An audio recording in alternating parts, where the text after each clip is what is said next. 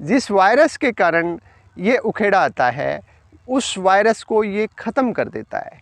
मैंने अपने खेत में विगत 4 वर्षों से पूर्णतः कंप्लीटली जितनी कल्टीवेशन हम करते हैं उसमें हमने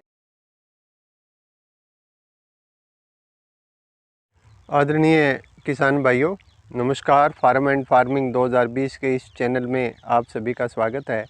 किसान साथियों, मैं आज खरीफ सीजन की एक महत्वपूर्ण फसल नरमे में उखेड़ा रोग को कैसे रोकेंगे इस विषय पर अपना एक वीडियो लेकर आया हूँ। तो कैसे आप सबसे पहले मैं किसान भाइयों से अनुरोध करूंगा कि इसकी पूर्ण जानकारी के लिए इस वीडियो को अंत तक अवश्य देखें। इस वीडियो में बताई गई बातें यदि आपको पसंद आती है तो अपने साथियों के साथ इसे शेयर करें। किसान साथियों, नरमे की जो फसल होती है उसमें अगस्त महीने के अंत और सितंबर महीने के प्रारंभ में जब वो पूर्ण रूप से अपने फल की अवस्था में होता है तो बिल्ट एक महत्वपूर्ण समस्या आती है। इससे नरमे का उत्पादन एकदम 50% गिर जाता है और किसान भाई की जो 6 महीने की मेहनत है वो बिल्कुल ख़त्म हो जाती है। किसान साथियों, इस समस्या से हमने निदान करने के लिए विभिन्न तरीके अपने कृषि अनुभव में देखे हैं, जिसमें ट्राइकोडर्मा है, मैग्नीशियम सल्फेट सोइल में डालते हैं। लेकिन हमने विगत 4-5 वर्षों से एक नई टेक्नोलॉजी का प्रयोग किया है और वो तकनीक है चूना। चूने का प्रयोग हम कैसे करेंगे ये बताने के लिए आज मैं आपके साथ वीडियो लेकर आया हूं।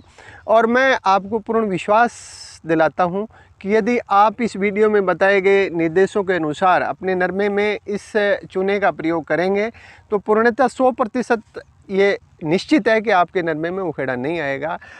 तो सबसे पहले किसान साथियों, ये आप देख रहे होंगे मेरे पीछे पृष्ठभूमि में एक सरसों का खेत खाली पड़ा है।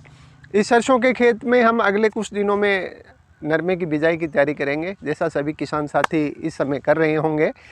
और इसके अंदर हम लोग जो है हमारी जो बुआई है उसके बाद पानी पाने से पहले, यानी सिंचाई जब हम पलेवा बोलते हैं उसको, पलेवा करने से पहले 50 किलोग्राम प्रति एकड़ का चूना, जो शुद्ध चूना होता है, उसको लेकर अपने खेत में समान मात्रा में बिखेर दें और उसके बाद पानी लगा दें। पानी लगाने के बाद जो है वो हम इसकी बिजाई कर लें। तो मैं आपको निश्चित रूप से दावा ही नहीं, पूर्णतः निश्चितता के साथ कह सकता हूँ कि उस खेत में उखेड़ा नहीं आएगा। अब चूना क्या करता है, थोड़ा सा मैं इसकी पृष्ठभूमि में जाता हूँ। किसान साथियों, चूना हमारे कुल पौधे के लिए आवश्यक तत्वों में से एक तत्व की पूर्ति करता है। उस तत्व का नाम होता है कैल्शियम।